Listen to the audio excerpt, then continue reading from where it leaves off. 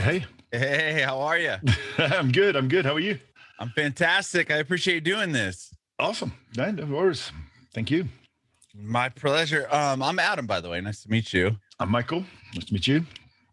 Cool. Well, this is about you and your journey in music, and we'll talk about the new album you have coming out Yeah. a couple months. Yeah. Awesome. Sweet. Okay. Awesome. All right. Well, I always start off with kind of your personal origin story. So, like, where were you born and raised? 20 kilometers outside of Gothenburg, a place called Bildal, which is, kind of like a suburb along the coast of the west coast of Sweden. Oh, very cool. Down south. So were you fairly close to like the water and everything down there? Yeah. To a couple of minutes away. Wow, that's awesome.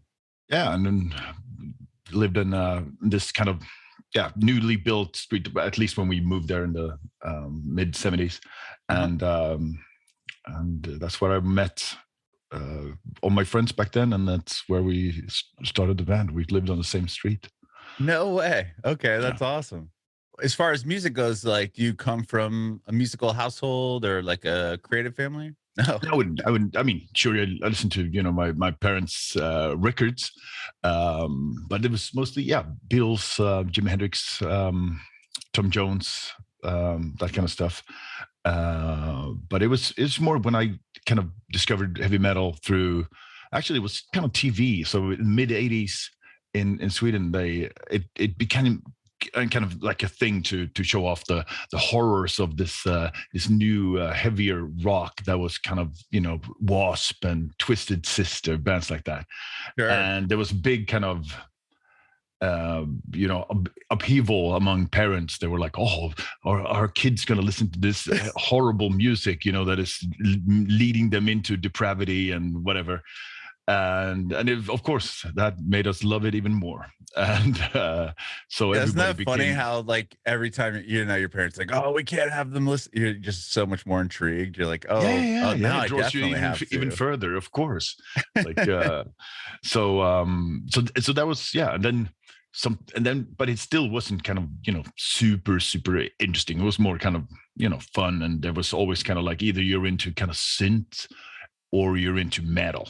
And sure. That was the big kind of thing, at least in our part of Sweden.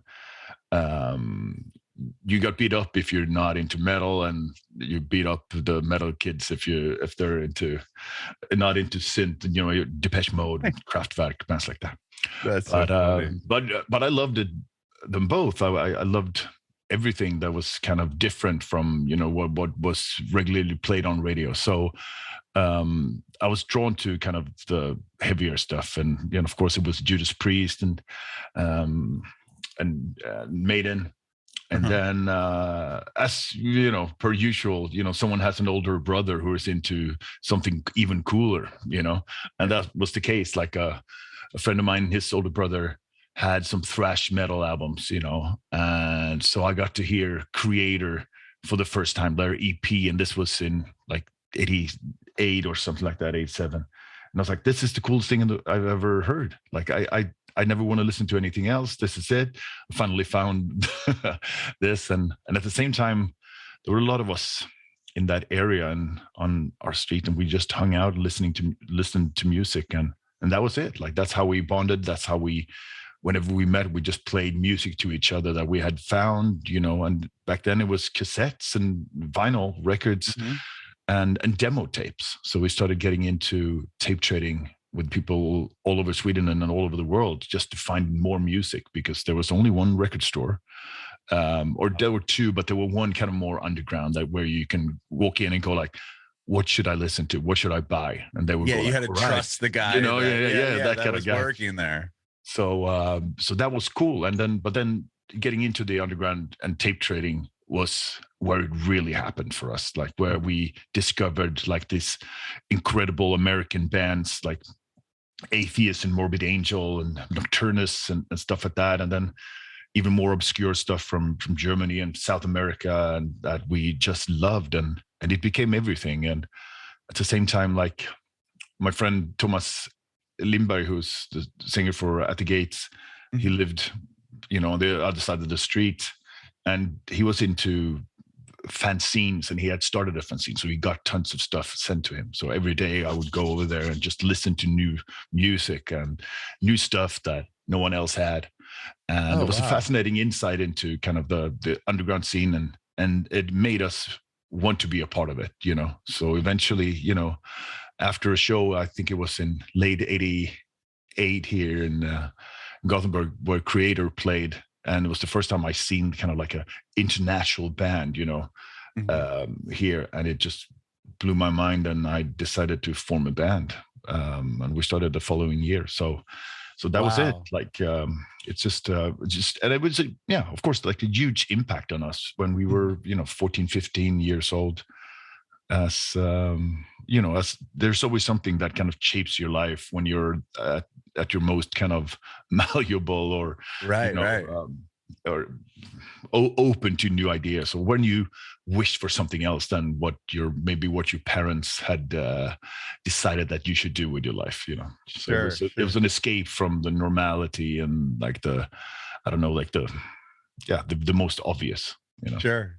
You played guitar, right, in Dark Tranquility in the beginning? Yeah. Because was no that one your else first did. like instrument that you learned how to play? Yeah. Me and Nicholas, who started a band, we just we bought guitars, and then we learned a couple of riffs, and then we sat and tried to copy every record that we liked, and eventually we started writing our own material. And we asked the other guys who lived on the same street, basically, you know, a couple of 100 meters away from each other. It's like, yeah, you play drums, you're the most athletic, you know, strong guy. Anders had the longest hair, and he was going to sing, and that was it. Like, just let's see if we can come up with it. And then I moved to a bigger house where we had a garage where we could practice. So we built our rehearsal room there, and then we just started. So yeah, that was. It's just a matter of convenience, but also like how important that part of our lives was, and how important music was at the time. Like, it was everything. Like, so what was fun was that there was a bus line that led from this, you know, suburb of Gothenburg into town. And we would always take the bus into town to kind of hang out, sit in the park, you know, drink beer, and you know, bring a cassette player and play music to each other. And so I walked on the first stop, and me and Thomas went on. Then the next one was Anders, who's now in Flames, and the other guys from DT. And then a couple stops later, it was the guys from At the Gates and in Flames. Crazy. And it was on the same bus line, you know, for 30 minutes into town, basically. And then we would just sit there and kind of, you know, just exchange, you know, music and experiences, and talk about dreams of starting bands and doing something else than what we were doing. So it was a cool thing. Like, it was really kind of bonding, like a time of where we really got to know each other, and also kind of start something that we thought was really cool. Not, of course, thinking that this would eventually be like considered a scene or an important sound or anything like that. It was just us having fun and kind of trying to impress each other with the music that we were making. You know, let's see if we can make a song that is as good or better than the other band, you know? Yeah. And that was it. Yeah, because at the time, I mean, even now, right? Gothenburg and Stockholm are huge areas for like the death metal, melodic death metal scene. I mean, like, so many bands are out of that area. I mean, were you like early on? Would you see?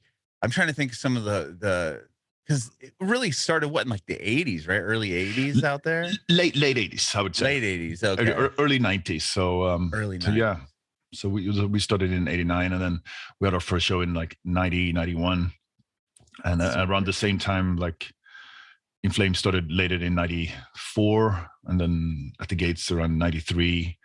So it was, but it was just, and the fun thing is like that same bunch of people, like everybody along that bus line and everybody that I knew back then, we still hang out and we still kind of talk about those days, but also, you know, still hang out. As we've been friends ever since. So it's like, I love how impactful that was to our lives. That even the people who were just hanging out, maybe not in bands, or they were in bands for a while, but then realized they wouldn't, but they went on to do something in music or in culture. Like one of our friends, she hosts like the big culture TV show, and one of the guys is a fantastic writer about metal and rock and hosts TV shows.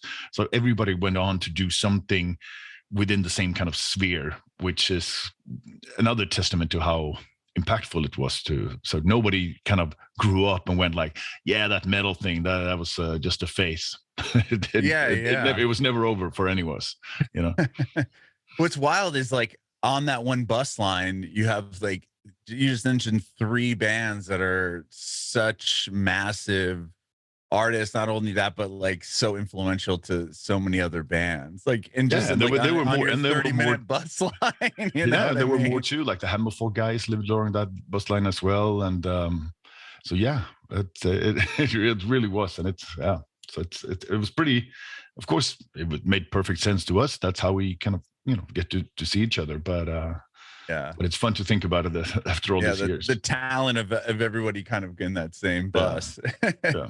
You played in Flames, didn't you, in the beginning, or you sang on their demo or something? I sang on the demo on the first album. So it was just after we had recorded our first album, Skydancer, and I didn't want to play guitar anymore because I was horrible at it. So I started to sing instead. And then In Flames started at the same time. And Jesper asked me if I wanted to join because they didn't have a singer. So I said, like, sure, I need the experience. And then so I sang on that first album. I was never kind of like a full member or anything like that. We did 2 shows and that was it. And then they moved on to someone else, and then eventually found Anders, who's still there. Okay, and you just stayed in. I mean, you were always in Dark Tranquility, right? The whole time. You never left the band. It was just no. You just did that as kind of like a favor to see, like, oh, I'll just get more. You never... kind of like I just wanted them to get a demo, like to get a record deal, because I thought the sound on the demo sounded great. But then Jesper called me one day after they sent, or like a couple of days after they sent out their first demo, and they said like, yeah, the first guy we sent it to loved it, and I want to release an album. Can you sing on it? And I was like, no, I don't want my first album as a singer to be another band, not Dark Tranquility. But he said, I'll buy you beer. And I said, then okay. Like, all right, I guess. And then pull my leg. That became Lunar Strain. So yeah. So with because you said you wanted to help them get a record deal. Was Dark Tranquility already kind of a big we had already signed and everything we had already released our first album. So so you're on Spine Farm and everything at that time. Yeah, exactly. Okay, wow.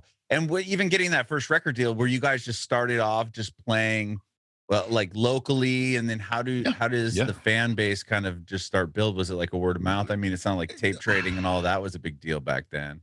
Nobody was still so it was through kind of fanzines, small magazines, and sending out our demos, and we made like an EP, like 2-song 7-inch, and someone in Finland picked that up, and Spine Farm Records wanted to sign us, and we said, yeah, let's make a record. But we never thought we would do anything more than that. It was just a matter of like, if we have an album, we have done something, and then that album kind of eventually reached Osmose Records in France, and they wanted to release something, and then we started. But it was strange. Like none of us had any idea what to do, because the death metal scene was tiny back then. There was not a lot of labels. There were not a lot of opportunities, and like you didn't really know, like could we get signed? We're just a tiny little band here from Sweden. Like there was no way we could imagine us like being on the same label as some of our heroes. That was never even possible. Like At the Gates was the first band to kind of get signed by what was it, Peaceville at the time, and that was the coolest thing in the world. Like they had some of the coolest bands that we loved. So that was a big deal. And of course, like it was all about kind of realize that, okay, maybe we can do that too. Maybe that's possible, and so it was a really interesting time. And then it was weird, like in the mid-90s when we started everybody released records and everybody was on tour constantly. All of a sudden, like we didn't see each other anymore. We saw each other like at shows and sometimes at festivals, you know, and that's because you're all going your own ways. And as the bands get bigger, it's like, okay, we're going to be doing this. We're on this tour. We're on this tour. Yeah. What would you say? Like, I mean, obviously getting signed and that really kind of kicks the band off and everything else. What would you say, like another big kind of milestone that you can remember, or what was like the next kind of stepping stone for the band? I think it was 94. We kind of had changed our lineup a little bit. We brought in Fredrik Johansson on guitar, and I started to sing, and we recorded The Gallery. And at the same time, and we recorded that in Studio Fredman, who was kind of like an up and coming kind of studio. He recorded some metal, but he had recorded like a demo with a band called Ceremonial Oath that kind of splintered off into In Flames and Hammerfall later on.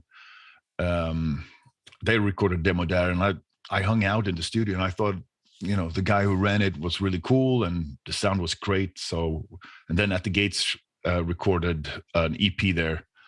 We were like, okay, this is a cool studio. Now we record there. And then At the Gates and In Flames recorded their next albums there. So then The Gallery, Just Erase, and Slaughter the Soul came out the same year. And all recorded in the same studio and kind of similar artwork and that kind of stuff. And it was kind of like, oh, now there's a scene. And we didn't think of it. We thought, you know, all the bands were very different, and they are very much different, but very different, at the time we tried our hardest to be different. And all of a sudden, like, we go on tour, and I remember like going into the bathroom and I'm seeing this flyer on the floor, and I go like, okay, you know, check it out. And there's like a German band playing true Gothenburg death metal. And I was like, what's that? Like, I had never heard that, you know, term before. And all of a sudden it became a thing. Like, that's the melodic death metal stuff is from Gothenburg, and they all sound the same. They're all the kind of, you know, friends and playing in the same studio. And of course most of that is true, but at the time we felt it was an insult, you know. Oh, I bet. Like, you're like, wait a minute, we're all we don't sound the same. To be as original as we possibly can, and then it's like it's just part of the scene, like everything's the same.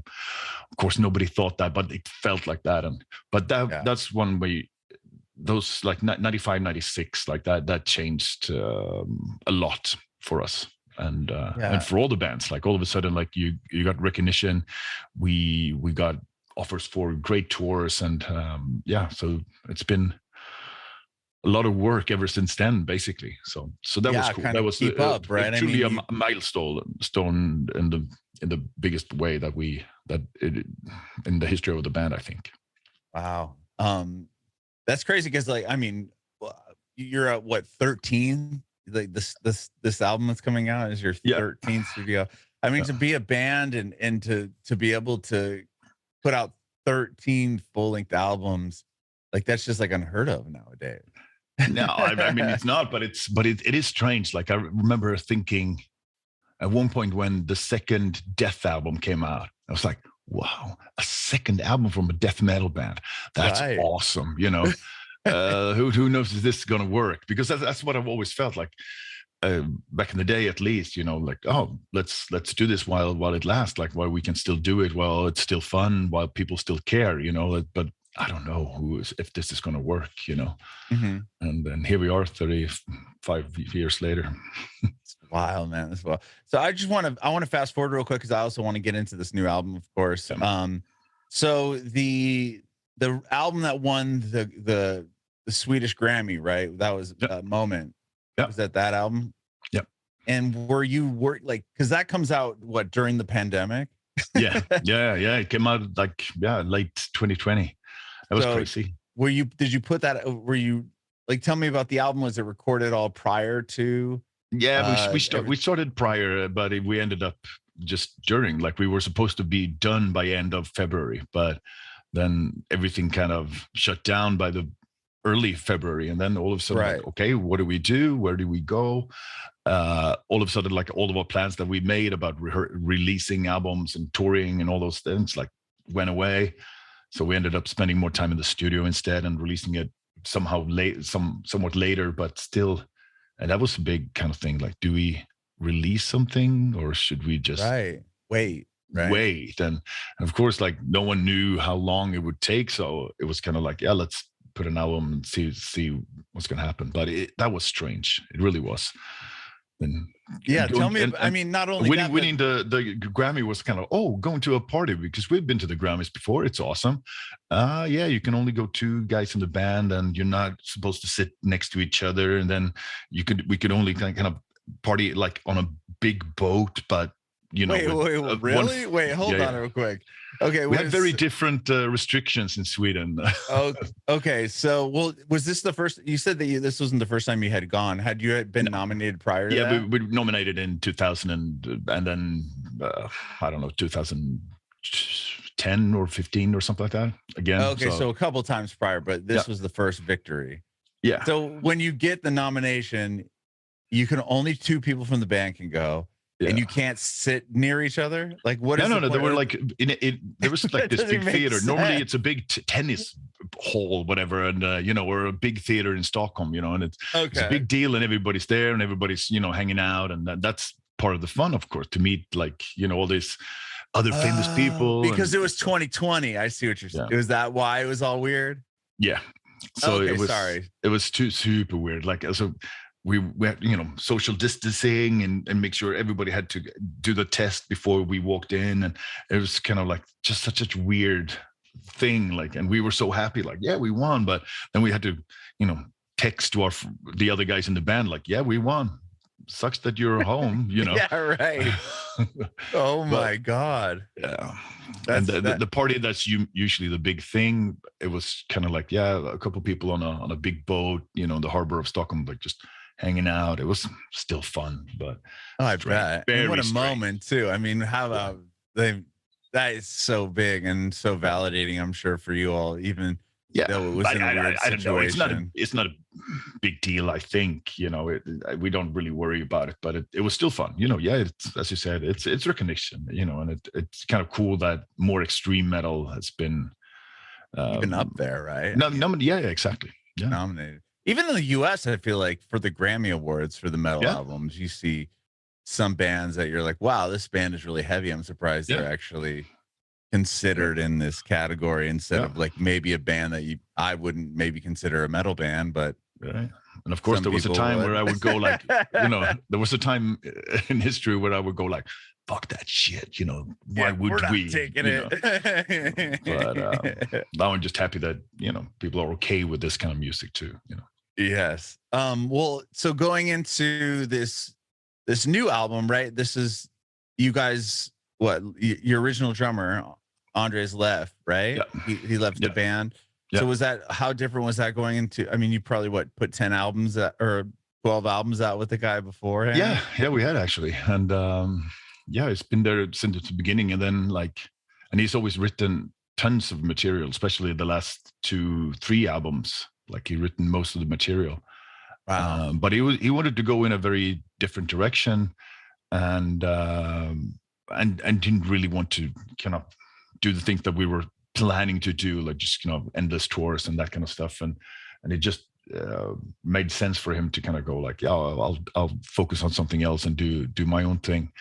And as weird and sad as it was, of course I understand it. I get it. Like I don't want to have someone in the band who's not 100% dedicated to it, who really loves it. Or sometimes you kind of fall out of love with something, or you find something else that kind of catches your interest, and that was the case. So it was strange, but at the same time kind of liberating, because going into writing a new album, there was none of the kind of normal way of writing that we've done the last 5-7 years.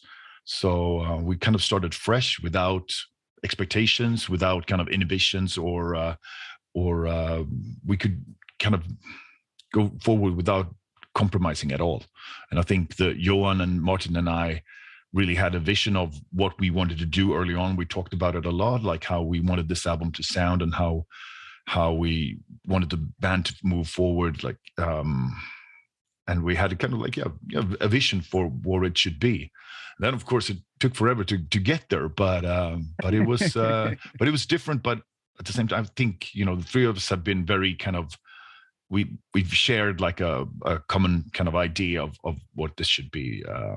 And of course, throughout the years, that's always been the case. But you have different band members thinking about different things and wanted to go different directions. But here I think we're very much kind of simpatico and aligned in our vision. Mm-hmm. What would you say, like going into the album, like after all that happens, or now you have to find a drummer at this point, and do all these things, and then it's like, okay, we all have the same idea for what we want it to sound like. Do you feel like it was a big departure from the previous three albums or 2 albums before that, or yeah, a big departure in terms of writing, but at the same time, it's so much easier. Sonically, though. Yeah, no, but I mean, Joachim is such an incredible drummer. Like, he's such a pro that he comes in like fresh, and he can play anything. So anything we throw at him, he's like, yeah, sure. The first rehearsal we had with him, his audition was kind of 17 songs, and he was like, damn, all right, we're gonna play like a show in next week. Like, do you want to more practice? Like, do you want to start it with something easy? And he was like, no, I got it, and he nailed everything. So he's incredible, and so that's made it a lot of fun to write as well. Like thinking what he could do, and kind of like challenging him and kind of pushing him a little bit, and to play even faster or heavier or weirder, and that was fantastic. So, and Christian on bass he's an old friend of mine who was part of the scene here in Gothenburg in the early 90s. And it just made such perfect sense to have him in the band. And he's just like such a musical mind and such a rhythmic player and easy. So that was amazing to just like to at first kind of expect what it should be or imagine what it's going to sound like, but then also kind of fulfill that and have it sound better than anything we've ever recorded was so felt like a triumph once we heard the final mix, Yeah, because going into, were you guys nervous at all, or were you personally nervous? Always. Like, oh, yeah, like, is this going to be, how different is this going to be now that we don't have? Yeah, well, I mean, not nervous, but you're trepidatious. You go like, hey, what are we going to do? Like, what do we need to do in order for this to be different, but yet familiar, And so, but it was a lot of just us talking and hanging out in the studio, kind of figuring out where to go and trying out ideas and bouncing songs off of each other and rearranging and scrapping and throwing away and starting anew. And eventually we you have to, as much as you doubt yourself individually and also as a band, like we have to trust the process and in each other in order to move forward. And because that eventually, if we're all okay with it, all 5 of us, it's going to be good. Like I trust the other guys, but it doesn't always feel like that. Well, as with any creative thing, you doubt yourself more than right. You're happy with what you do. If you had all the time in the world, you'd probably just tinker with the littlest thing. You're like, oh, of course. That's so when do you always go in knowing you're gonna write an album, or is it just start with songs? Okay, I figured it had to be that, just because you have so many full-length albums. It's like nowadays it's more like, oh, we'll have a single and then another single. Every song has to breathe, or to give its moment. But I love that you just do a full album. You're like, this. Yeah, and also like you get into writing mode and kind of like, okay, now, because I love the format of an album. I don't, sure, you can release singles and that kind of stuff, but that's just promotion for the album, right? So, right. And then eventually it comes out as an EP with every song that you've released, and the bonus, which is this next single. yeah. But we think of it that way, and also, I mean, the whole writing process takes a long time. And pre-production and everything like that. So we kind of devote time to, okay, we have a year off from touring. Let's focus on writing, and then we get into it. So, and we would never, or I don't think so. I don't think we would work like that to just like, let's do a song now and then another song later. It's like, nah, I don't see the point of it, and I don't think we would work like that. We've done some stuff like that with other bands, but it's a bit strange to me. Yeah. So do you have like a concept going in? You're like, okay, this is what the idea, or is it just Yeah, at I'm least a ready to write? starting point. You start off somewhere and you see where it goes, and then you kind of you kind of distill it down to a certain kind of overall theme or a mood or a feeling. And that was kind of clear for us in the beginning, just knowing that, yeah, this is where we're going. It just felt right, and then we moved from there. Okay. And this is the first album, obviously, since the COVID, all that stuff. So this is gonna. Are you guys gonna be back to we're gonna release this album and then do a big support tour for it? Because you probably couldn't do that as much for. No, we couldn't do anything. Yeah, for a moment, so, right? Yeah. So yeah. That's what we're doing. Like the album comes out during Summer Breeze here in Germany, August 16th. Yeah. And I believe the tour starts in August 21st or something like that in Atlanta at Prog Power Festival. And then we tour for 5 weeks together with Amorphis. So we're doing a co-headline tour with them. And we've done that before, and it's awesome. And we love those guys so much. And it just makes perfect sense. So we're doing that. And then it's a European tour immediately after that. And Christmas. And then we start the next year with another tour in Europe, and then summer festivals, and then back to the US after next summer. And then so I'm going to be off next Christmas is what I'm looking forward to. Then maybe we could get into some writing again. But that's quite a while away. I mean, it's so wild to me. I mean, speaking to artists and bands, that like you have your whole like year right planned out, like where it's just so crazy to me, like that. Well, we're going to be here. We're going to be here for this many months and this many weeks, and we'll be back to the U.S. Like that's an awesome life. But it's kind of good. Like I keep always looking at my schedule, and we have like a unified schedule for everything that's going on. So we know that something comes up, and it's like, hey, do you want to go to that show? We're going to that festival. Hold on, no. It's like, you're like, oh, do you want to go to? Actually, I'll be here. I'm going to be somewhere else. Like that's the downside, of course. Like we don't spend enough time at home, but it kind of ebbs and flows kind of like that. So it's we're going to try to make it more balanced. Like 3 years ago, I was away for 165 shows, I think it was, in 1 year. And that's a bit too much. That's a lot of shows. Wow. Yeah. Well, Mikael, I appreciate your time. Thank you, man, so much for doing this. I'm excited for the album. I have one more question for you. Sure. I want to know if you have any advice for aspiring artists. Ooh, I don't know how things work nowadays, even though I started 3 bands in the last 3 years, but it's old-timey people who've done this forever. So no, but I don't know. I think I've always said, like, you have to find your sound first. Like if you think about what you look like on the Instagram, or if you think about the first single and how it's going to be cooler than anything else, then you're trying too hard. I think rehearsing and finding your sound and playing as much as humanly possible, not necessarily in front of an audience, but just together, so that you become a band. Then that's where you should start. And then it's not easy. It's a difficult scene. It's easy for us when we start a new band with members from other bands. People know what to expect, and we could kind of pre-sell new stuff, even though it's brand new. But for new bands, I speak to a lot of bands who are kind of up and coming, and they go like, yeah, what should we do? And I was like, I'll try to help you out by sending it to the people I know in the industry. But other than that, I don't know. Maybe you build a following. I honestly don't know. Like it must be pretty rough. But originality will go a long way. If you're a good band that plays well together and has a unique sound, then good things will happen. That's what I feel.